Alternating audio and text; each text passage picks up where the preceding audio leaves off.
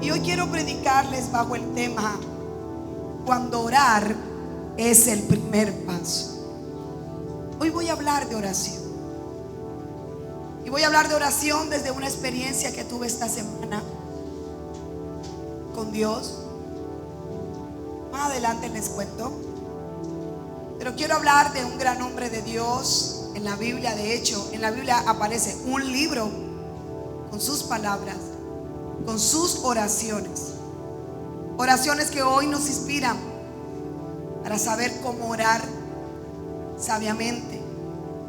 Si usted vino hoy, no crea que usted vino porque quiso. Dios a usted lo trajo hoy.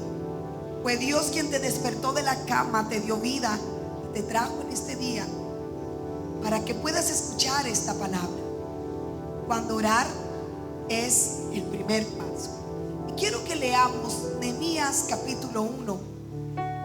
Y quiero que lo leamos desde la Nueva Traducción Viviente, porque sé que todos los domingos viene gente que nunca ha leído la palabra de Dios, porque para la mayoría de la iglesia esta historia es muy conocida. ¿Y saben quién era Nehemías? Nehemías era un hombre, escúchame bien, adinerado, con fama, con posición. Era un hombre de autoridad, pero también era el hombre de confianza del rey. Diríamos en esta mañana o en estos tiempos, diríamos, era el hombre de confianza del presidente de la nación. Su oficio era copero del rey. ¿Qué significa eso, pastor? En la antigüedad, la forma más fácil de matar a un gobernante, en este caso a un rey, era a través del envenenamiento de la comida. Entonces el rey tenía a coperos y a panaderos, que eran los que se encargaban de probar la comida. Si el panadero o el copero no se morían, entonces el rey disfrutaba de la comida. Pero si alguien intentaba matarlo, el que primero moría, ¿quién era? El copero o el rey. Era como el guardaespaldas del rey.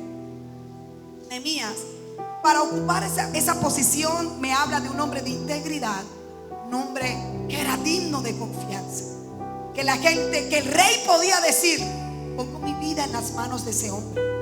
Y anhelo de todo mi corazón que la iglesia de Cristo sea una iglesia que el mundo pueda decir: yo confío en él o en ella, porque es cristiano. Porque es cristiano. Y no que diga: con los cristianos no se puede hacer negocio porque son mala paga. Pero eso es allá en otro lado. Porque los hijos de esta casa son buena paga. Mira cómo él empieza escribiendo. Dice: estas son las memorias de Nehemías, hijo de Acalías. A fines del otoño, en el mes de Quisleu del año 20 del reinado del rey Artajerjes, me encontraba en la fortaleza de Susa. Ananí, uno de mis hermanos, vino a visitarme con algunos hombres que acababan de llegar de Judá. Y le pregunté por los judíos que habían regresado del cautiverio y sobre la situación en Jerusalén. Me dijeron: las cosas no andan bien. ¿Qué le dijeron? ¿Qué siente usted cuando le dicen no, que las cosas no están bien? Mira, no estamos hablando de que a alguien se le rompió una uña. Mira lo que dice: los que regresaron a la provincia de Judá, ¿qué es lo que tienen? Y pero ustedes vienen tarde y vienen con pereza. Yo hoy voy a predicar 3 veces. ¿Qué es lo que tienen? Antes de dificultad. ¿Qué es, hombre? ¿Qué era lo que ellos tenían? Mira cómo viven. ¿Cómo viven? En desgracia. En desgracia. La muralla de Jerusalén fue derribada y las puertas fueron consumidas por el fuego. Cuando oí esto, me senté. ¿Qué se sentó a hacer? ¿Qué? A llorar. De hecho, durante varios días estuve de duelo. Pero también, ¿qué hizo? Ayuné y oré al Dios del cielo. Y yo quiero que usted lea conmigo esta oración, porque esta oración te va a ayudar para los que vinieron en crisis. 1, 2 y 3. Oh Señor, Dios del cielo, ¿qué más dice? Que cumples tu pacto de amor inagotable con los que te aman. ¿Y qué más? Escucha mi oración, mírame y verás por tu pueblo Israel. Confieso que hemos pecado contra ti. Es cierto, incluso mi propia familia y yo hemos pecado. Hemos pecado terriblemente al no haber obedecido los mandatos, los decretos y las ordenanzas que nos diste por medio de tu siervo Moisés. Te suplico que recuerdes lo que dijiste a tu siervo Moisés. Mira lo que Dios le dijo a la nación. Dice: si me son infieles, los dispersaré entre las naciones. Pero si vuelven a mí y obedecen mis mandatos y viven conforme a ellos, entonces, aunque se encuentren desterrados en los extremos más lejanos de la tierra, yo los volveré a traer al lugar que elegí para que mi nombre sea honrado. El pueblo que rescataste con tu gran poder y tu mano fuerte es tu siervo. Estamos ubicados en el momento en el que la nación de Israel vuelve del cautiverio. Habían pasado 70 años cautivos. Un remanente, un pequeño grupo vuelve a Jerusalén. Cuando ellos vuelven, encuentran la tierra devastada. Yo he predicado en diferentes libros proféticos cómo fue ese regreso, los grupos que volvieron y que hicieron. A este punto ya se había reconstruido el templo, pero pasaba algo, y es que las murallas no se habían reconstruido, estaban tiradas, estaba llena de escombros la ciudad de Jerusalén. Nehemías, imagínate que unos padres se van de la nación, se van a otro país y allá tienen un hijo. Sus padres son colombianos, pero él nace en otra nación. Se cree que ese era el caso de Nehemías. No era colombiano, sus padres eran colombianos, pero nació en otro lugar. Es decir, que Nehemías nunca había pisado Jerusalén, nunca había ido a Judá. En otras palabras, nunca conocía a Barranquilla, Colombia. Y creo que Barranquilla es la ciudad más hermosa del mundo. Ay, Dios mío. Nehemías lo van a visitar. Ojo, él está en la comodidad de su palacio. Tiene dinero, tiene fama, lo tiene todo. Es el hombre de confianza del rey.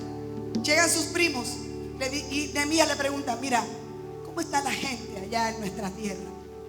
Y es cuando ellos empiezan a decirle: mira, Nehemías, las cosas no están bien. Es más, ellos viven en desgracia, porque los muros, en la antigüedad, una ciudad que no tuviera muros era una ciudad que estaba desprotegida, y los ladrones entraban y saqueaban la ciudad a cada momento. Es por eso que ellos le dicen: la ciudad vive en desgracia. Cuando Nehemías escucha esto, dice: dice que se sentó, como cuando te dan una mala noticia, que se te debilitan las piernas. Eso le pasó a Nehemías. Se sentó y empezó a llorar.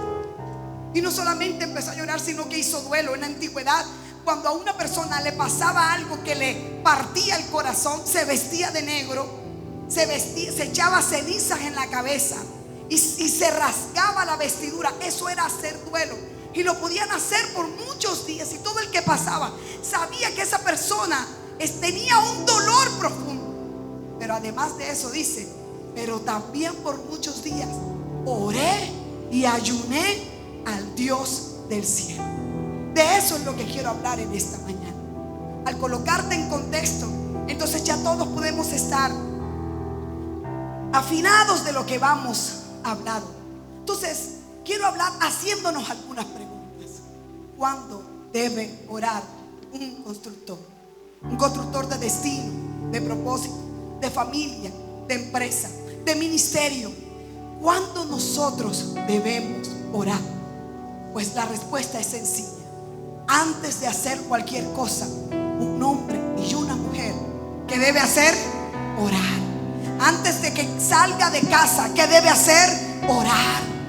Antes de empezar un proyecto, lo primero que debemos hacer es orar. ¿Pero qué es orar? Sencillo, es hablar con Dios. Hablar con Dios es lo mejor que te puede pasar al comenzar un día.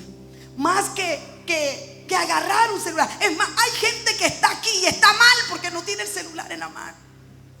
Es más, hay gente que está aquí y está pendiente de los estados de WhatsApp. Dígale al que está al poder. Dile, arrepiéntete.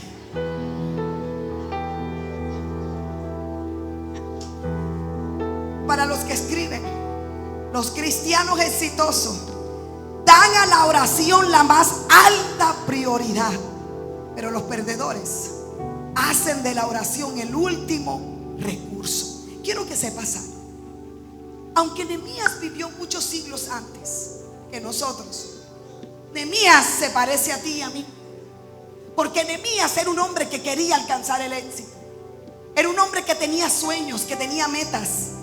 Era un hombre que quería alcanzar muchas cosas. Pero por encima de todo lo que él quería alcanzar, siempre había tiempo para orar. Alguien que diga conmigo, siempre. ¿Cuándo había tiempo para orar? Siempre. Y si tú te lees el libro de Nehemías, que te invito a que te lo leas, tú vas a leer todas las oraciones de Nehemías.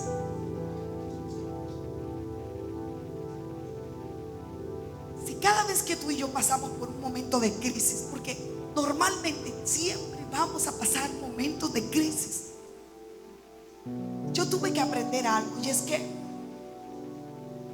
como yo crecí en un hogar cristiano y crecí viendo a mi papá orar de madrugada, y crecí sintiendo las manos de mi mamá sobre mi cabeza y sobre la cabeza de mis hermanos, llenas de aceite, orándonos todas las noches, yo aprendí a depender de la oración de mis papás. Pero el mensaje de hoy nos tiene que llevar a un nivel superior, porque ahora viene una pregunta: ¿por qué debemos orar? ¿Y por qué no vivir la vida? Mi papá siempre nos decía: ustedes no se pueden levantar como los burros. ¿Te acuerdas, Ruchi? Papi, ¿cómo se levantan los burros? Ellos se levantan y ellos no oran. O los terian oran, será. Yo quiero darte algunas razones por las cuales debemos orar. Porque yo tuve que aprender a orar, aunque nací en un hogar cristiano. Y te voy a decir cómo yo tuve que aprender a orar. Porque yo antes oraba desde la ley y no desde la gracia. ¿Sabes que antes nos enseñaban que para nosotros orar nos tenían que salir callos en las rodillas? Que si no había callos en la rodilla, Dios no escuchaba la oración. Eso es ley. En cambio la gracia dice: ponte una almohada, mijo, ¿para qué te vas a poner esas rodillas como casco de burro? ¿Hay alguien aquí? Número uno, ¿por qué debemos orar? La respuesta, número uno, porque eso demuestra que dependemos de Dios. Porque eso demuestra que dependemos de Dios. Wow.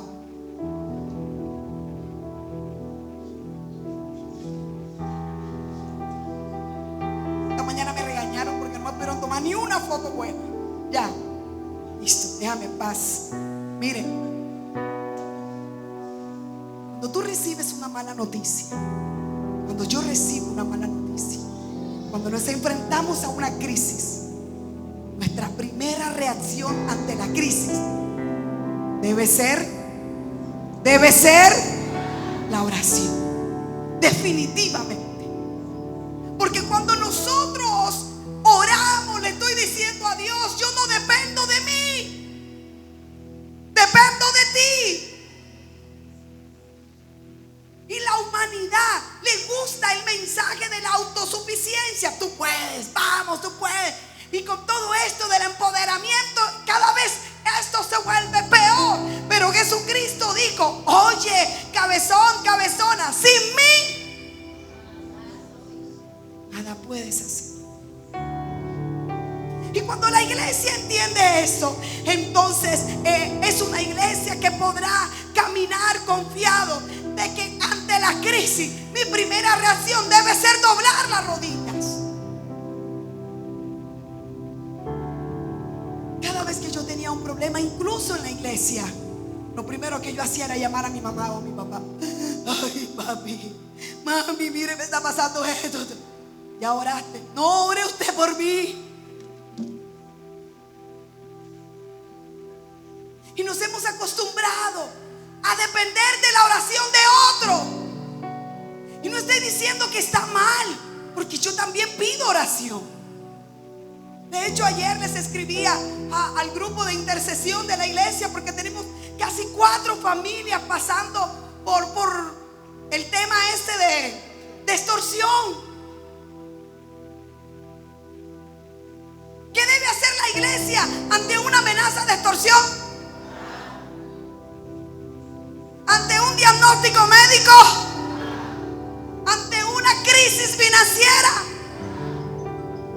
orar debe ser la primera reacción ante la crisis y ante los problemas. Número 2, ¿por qué también yo debo orar? Porque orar aligera mi carga. La vida pesa, pero si no oramos, se vuelve aún más pesado. Pero orar debe aliviar la carga. Ejemplo, Jaime, ven. Carga eso. Esto que tiene Jaime aquí puede que represente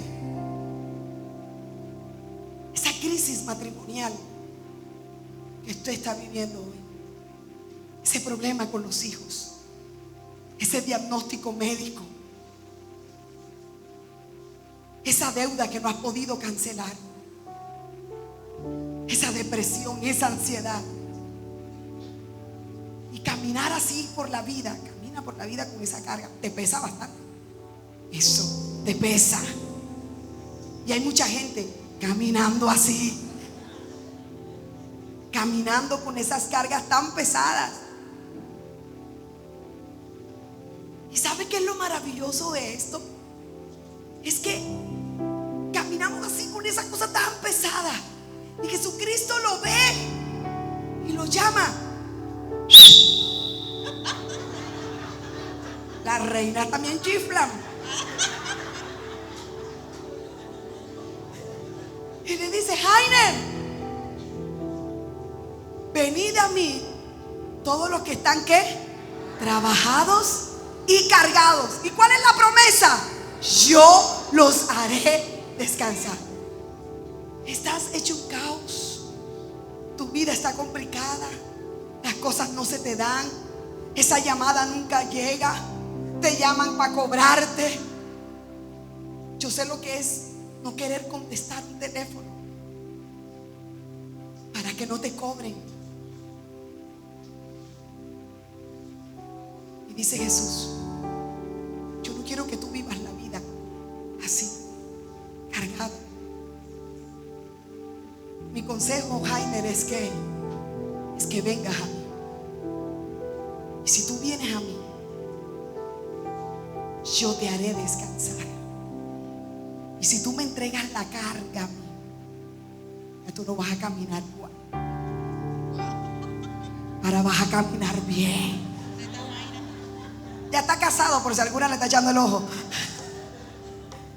Gracias. El problema es que hacemos de todo primero. Se nos ha olvidado que la respuesta está en la oración. Iglesia Nueva Jerusalén, la respuesta está en la oración. Porque alivia nuestra carga.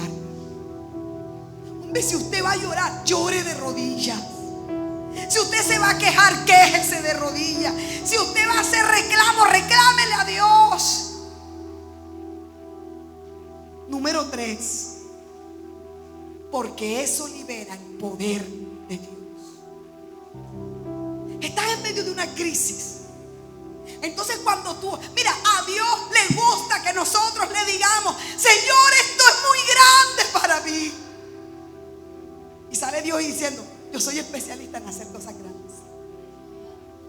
Señor, mira lo que dijo el médico. El médico dijo que tengo cáncer, que me voy a morir. Lo que es imposible para los hombres es posible para Dios.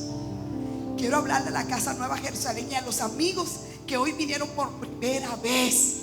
Déjame decirte que cuando tú oras, tú haces que el cielo se abra y la respuesta de Dios descienda, y todo lo que parecía oscuro ahora va a tener luz. La oración. ¿Puede vivir un cristiano sin orar? No entiendo cómo puede hacer. ¿Cómo puedes vivir sin orar? Sin colocar tu día en las manos del Señor. Sin montarte en tu carro y no decir: Señor, en el nombre de Jesús, reprendo todo accidente, reprendo toda muerte. ¿Cuántos hacen eso? A ver. Amén. O eres de los que te levantas, miras el celular, revisas los 50 mensajes que tienes, te ves todos los TikTok, te metes al baño. Yo no entiendo cómo la gente entra al baño con un celular. Y a esto le va a dar parálisis. Ya usted sabe dónde. Hay poder en Jesús. No, porque te aseguro que no te metes con una Biblia. Te aseguro que no te pones a escuchar alabanzas. Y después dice: ay, ¿por qué me fue tan mal? Y dice Dios: que no me diste el primer lugar. ¿Hay alguien aquí? Mira lo que dice Dios a Jeremías. Dice: Jeremías, clama a mí y yo. Señor, me van a cortar el agua. Yo mejor como que empeño el anillo de matrimonio. Y dice Dios: no, clama a mí primero. Yo como que mejor voy y hipoteco. Clama a mí. Señor, ¿en qué anda mi hijo? Clama a mí y yo te mostraré y te enseñaré cosas ocultas. Yo siempre le digo a las esposas y a los esposos: deje de estar hackeando celular, de estar revisando correos. El día que usted clame, Dios te va a mostrar quién es. Y a su nombre, clama a mí. Vengo a decirle a la iglesia que Dios tiene el control de todo. Ayer hablaba con alguien y esa persona está aquí y le decía: el futuro no está en tus manos. ¿De quién es el futuro? De Dios. ¿Por qué te afanas? Si tú oraras más, te preocuparás menos. Escríbalo. Si tú oraras más, te preocuparás menos. Oye, ¿por qué para estar ahí mirando al techo y preocupándote qué vas a hacer mañana? ¿Por qué no oras? ¿Por qué no le dices: Señor, muéstrame el camino? Hazme entender tu plan conmigo. Muéstrame el propósito. ¿Qué debo hacer? Muéstrame si las personas que me rodean son las correctas. Dame tu plan. Dame tu idea. Dame una idea de negocio. Señor, ¿qué debo estudiar? Señor, ¿es la persona correcta con la que me debo casar? Señor, empieza a orar para que veas. Jesús dice: no te afanes por el mañana, porque cada día trae su propio afán. Mi papá siempre regañaba a mi mamá porque cuando terminábamos de desayunar, mi mamá decía: Hoy estábamos cenando y ahora que voy a hacer almuerzo, mi papá le decía: Bárbara. Mi mamá se llama Bárbara. Bárbara, no has terminado de desayunar, ya estás pensando en el almuerzo.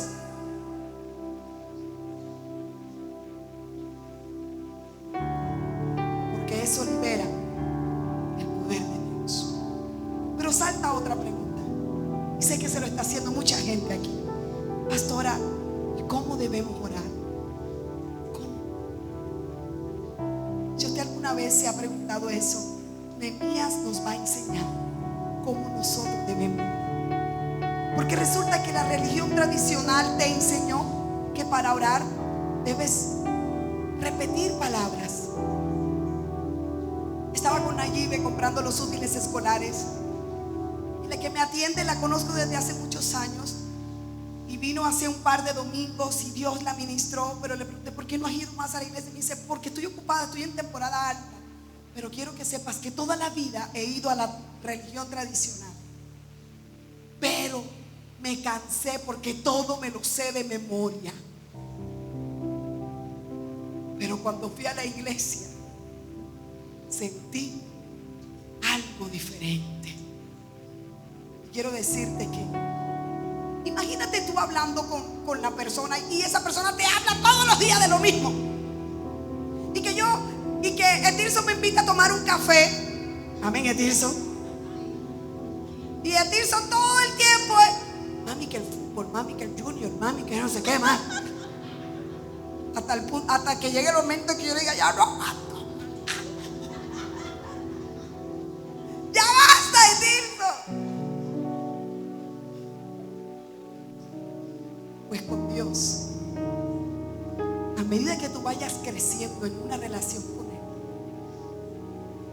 te saldrán palabras únicas para Él. ¿Cómo debemos orar? Número uno, debemos orar basando nuestras peticiones en el carácter de Dios. Nehemías nos ofrece 4 secretos básicos para orar sabiamente, basando su petición en el carácter de Dios. Y es que, mírame. Tu oración se va a enriquecer en la medida en que tú conozcas a Dios y que tú sepas quién es Él. Una conversación se vuelve amena entre más tú conozcas a la persona,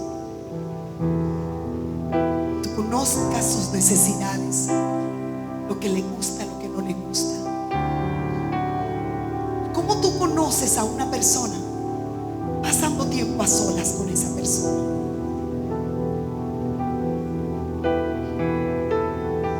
Yo ponía esta mañana como ejemplo a Alexita. Alexita sabe cómo soy yo recién levantada.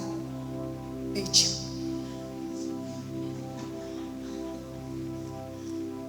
cómo me veo sin maquillaje, cómo hablo sin un micrófono. Luz Marina, que viaja conmigo, sabe muchas cosas, pero no las va a decir.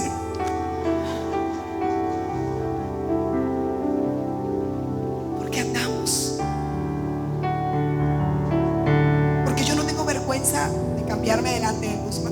Si Luzma me queda bien, me dice: no, mamá, no me gusta, quítate esto, ponte aquello. Porque me conoce. Mírame. Dios quiere darse a conocer a tu vida. ¿Usted me está mirando? Dios quiere darse a conocer a tu vida. O sea, Él no quiere tener reservas contigo. Tú sabes que uno siempre tiene, con cierta persona uno tiene reservas. Dice Dios: yo no quiero tener reservas contigo. Yo quiero que tú me conozcas tal y como yo soy. Y cuando tú conozcas a Dios tal y como Él es, entonces tú sabrás que en tu peor momento financiero, como tú sabes que Él es proveedor, tú le vas a decir: necesito que me proveas. Necesito que me proveas.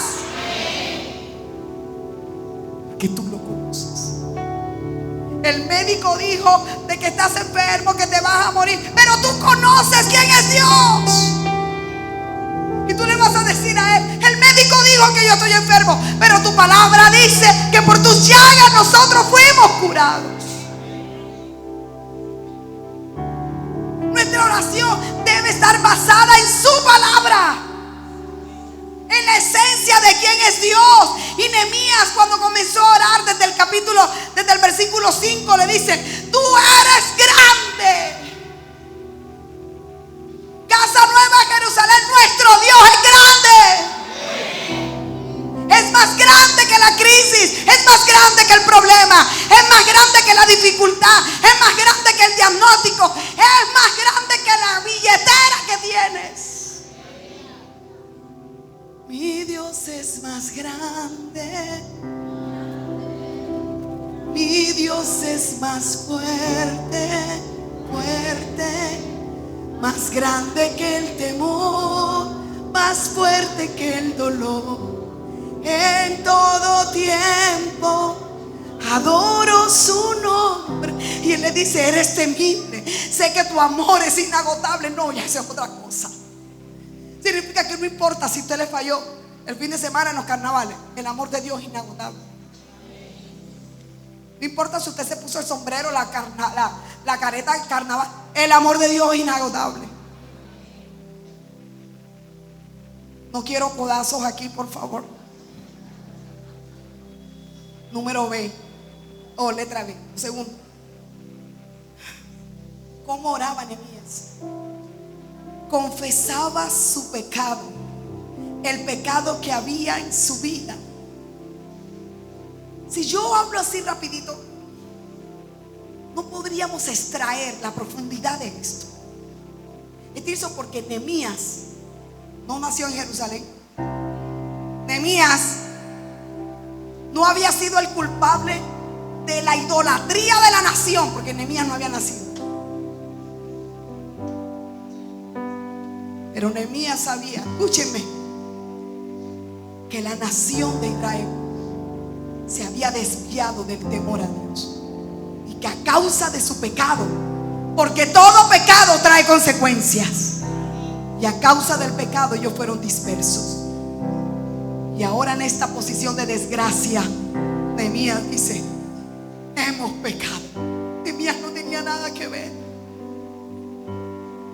Y aquí es donde te tengo que contar lo que yo viví la semana pasada. Como yo nací en el Evangelio, yo entiendo el mundo espiritual de lo que pasa en los carnavales. Eso me atormenta. No resisto quedarme en Barranquilla. Como no hemos podido hacer retiro porque los lugares están por las nubes, con un grupo de la iglesia nos vamos a pasear en diferentes lugares. Estando allá, de sábado para domingo, 3 de la mañana, el Señor me levanta y el Señor me dice: ora por Barranquilla. Y yo me puse brava con Dios y le dije: no voy a orar por mucho. Ora por Barranquilla. Que no, porque ellos están haciendo lo que se les da la gana, y tú me vas a despertar a las 3 de la mañana para que ore por ellos. No. Y peor cuando al día siguiente empiezan a mandarme fotos de gente que viene a la iglesia y Eso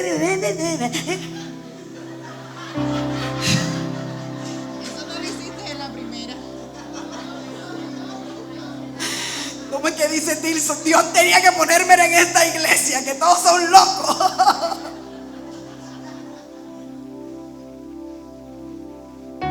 Tengo que serles honesta, porque no me puedo mostrar ante ustedes como una pastora perfecta, porque no lo soy.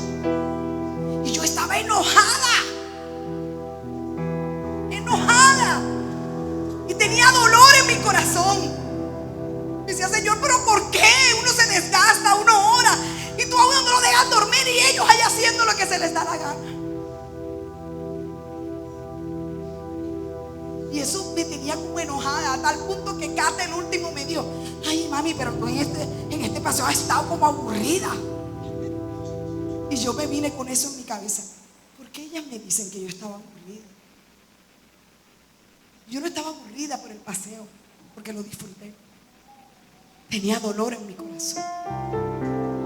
Cuando llegué a Barranquilla el mismo martes, porque eso también yo tenía rabia, porque entramos a Barranquilla a las 2:30 y llegué a mi casa a las 4:30, porque no había por dónde pasar. Y yo, ¿viste tú? Y para remate me le echaron maicena al carro. Mira, yo soy muy radical y mi hermana dice, Sari, te pasas, pero yo no le doy plata a nadie para carnaval, porque mi plata es santa.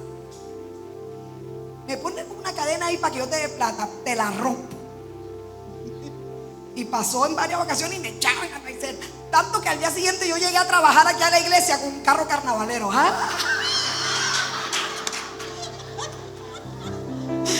De hecho, Andrés me llamó y me dijo, oye mami, ¿tú por qué tienes el carro así? Yo dije, yo llamé a Euclides y dije, Euclides, vea, lavame el carro, que va a pensar la gente, sale carnavaleada. Pero este es el punto que te quiero llevar. Estando ya el martes en mi casa, empiezo a orar. Y Dios es papá. Y Dios tiene un amor inagotable. Dios empezó a hablarme en mi corazón y me dijo, Sari, ¿por qué te amargas si no se trata de ti? Se trata de mi amor hacia ellos. Y me dijo, ¿te acuerdas de Elías? Cuando Elías estaba molesto porque él pensaba que todos se habían olvidado de mí. En esa cueva yo le dije a Elías, hay 7,000 rodillas que no se doblaron ante Baal. ¿Sabes qué me dijo Dios? No te enfoques en los que no pudieron soportar la tentación. Por eso te estaba diciendo que oraras, porque sabes, yo tengo un pequeño grupo, un remanente. Eso significa la palabra remanente, pequeño grupo, que no doblaron sus rodillas ante Baal y que se mantuvieron firmes. Y con el resto, lo que yo comencé a hacer en ellos, yo lo voy a terminar.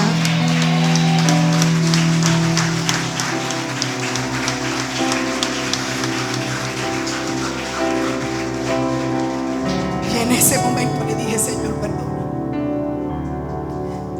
perdóname por querer ser más santa que tú, por no mirarlos como tú los miras. En la semana hice unas cuantas llamadas y unos cuantos regaños, no te lo puedo negar. Pero sabes, Barranquilla necesita una iglesia que ore. Hay una ola de asesinatos, de delincuencia, de sicariato. En la iglesia necesita levantarse en oración. Por tu familia, por tu generación, necesitamos orar y clamar.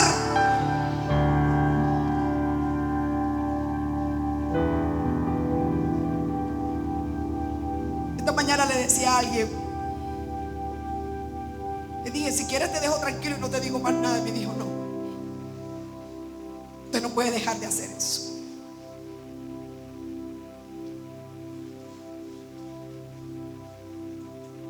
Dios nos ama y su amor es inagotable. Mírame.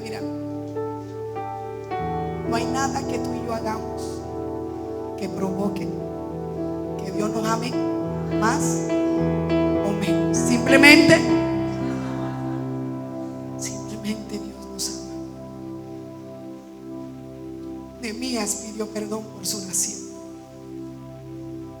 Y la iglesia debe pedir perdón a Dios por Barranquilla, por Colombia, por las muertes que no tenemos nada que ver, por los hurtos, por los atracos.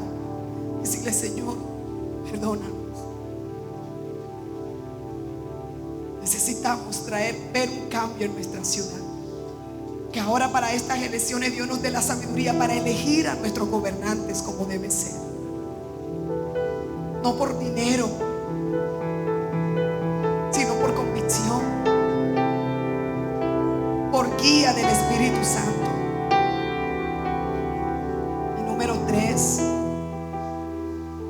Nehemías reclamaba las promesas de Dios. Mírame, ¿tú sabes lo lindo que es orarle a Dios y decirle: sé que me la embarré? Porque Nehemías estaba diciendo: sí, reconozco que te fallamos. Sí, reconozco que no lo hice bien, que mentí, que presté y no pagué, que tengo una relación fuera de mi matrimonio, que dije malas palabras, que hice cosas que no te agradan. Sí, lo reconozco. Pero tu palabra dice que si yo me arrepiento, tú me vas a perdonar. Pero también tu palabra dice que si yo no tengo para comer, tú todos los días me vas a proveer. Es más, aquí la gente tiene que saber que lo que usted tiene es por gracia de Dios. Si usted tiene para la comida es porque Dios es bueno, no porque tú trabajes y si te enfermas. Quiero ver la mano levantada de los que en pandemia pasaron hambre. Ahora quiero ver la mano levantada de los que en pandemia comieron y comieron bien. Bajen la mano, ¿cuántos subieron de peso en pandemia?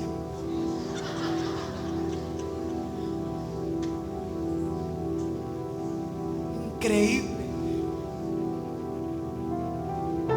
Donde todo apuntaba que iba a ser terrible, Dios dice: cálmense que aquí estoy yo. Cuando tú ores, ora con la convicción que Dios te escucha, pero que también Él te quiere responder. Yo vengo a hablar con una iglesia que necesita hacer de la oración su más alta prioridad. Cuando tú ores, ora en secreto, ora a solas. Ten por seguro que papá te recompensará.